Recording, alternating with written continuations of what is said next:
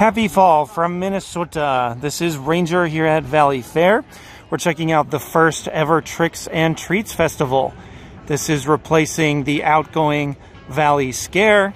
So all the haunted houses are now gone. That is a little bit of a surprise. That event was very popular, but now it's been replaced with this family-friendly event. We'll see how it is.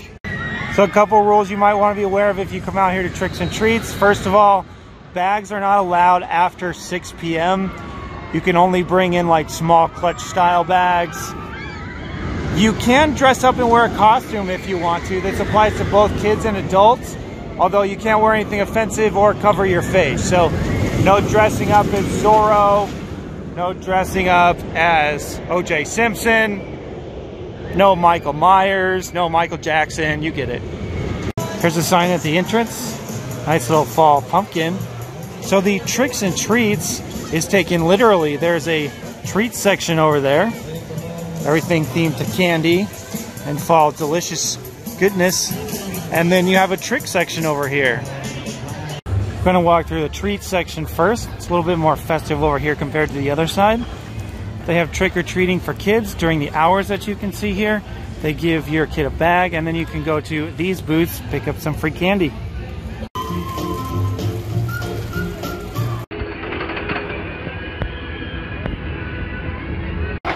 A pumpkin carriage by the bumper cars. And then this over here they're calling a story stroll. You can pick up one of these wagons and you can push your little kids along this route here. And then they've got some items you can read a story. Weight limit on the wagons is 200 pounds. So unfortunately when I asked them to push me around in the wagon, they declined. Over by coasters, there's gorgeous gourds.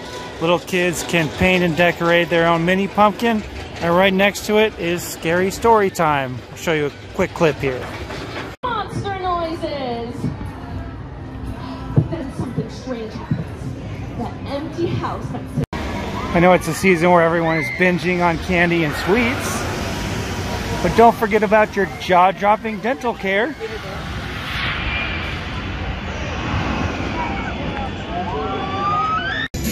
All right, we'll take a walk through the trick section.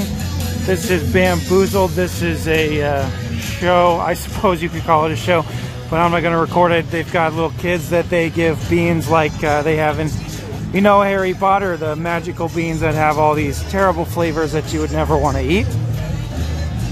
And then that's a whole show. They just give those beans to the kids and they eat them. Kids can make their own masks here. Right here you have Slime Works. You can make your own slime. See the 3 steps there. This is an upcharge attraction. So this stage here is for a game show. Let's get gross! Okay folks, for your first question, would you rather drink from a sewer or eat from a garbage pail? Eat from a garbage pail. Eat from a garbage pail. All right, we got 1 point.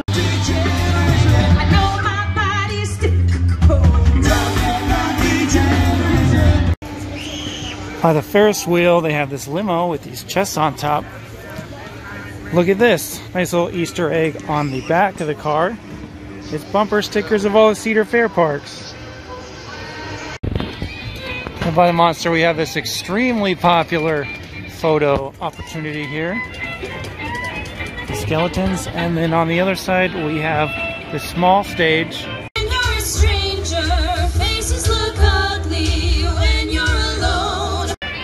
Got some live painters making a mural. This is a new one for me. This is the Disco Crypt. So you see everyone has headphones and they're dancing to the music, but nobody else can hear the music. This looks like a pretty big stage right here. We'll show you a show here. If we can, there's the show times.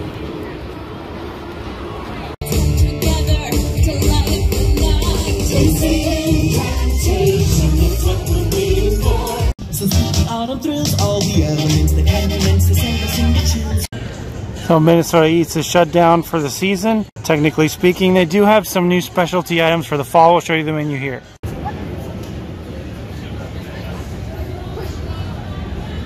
At Chicken Shack, the regular menu has been replaced with this holiday menu. You can see what they've got going here.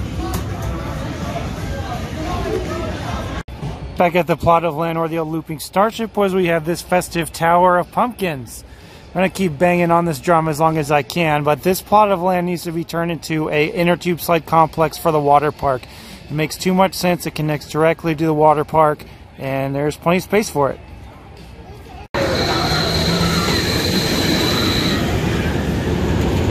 And most of the major rides are running for the last few times before the end of the season. Steel Venom has had some extended closures this year, so nice to see it opening. I should mention though that Excalibur is closed. Everything behind Renegade is going to be done for the season, and obviously all the water rides are not going to be running either. Make sure to grab some night rides on Renegade. Night rides can be elusive with the park's calendar and how late it gets dark here, but Renegade night rides are some of the best out there. When I was shooting my video here in May, I commented how I didn't notice any updates to Coaster's Drive-In, but the improved menu did materialize shortly after that.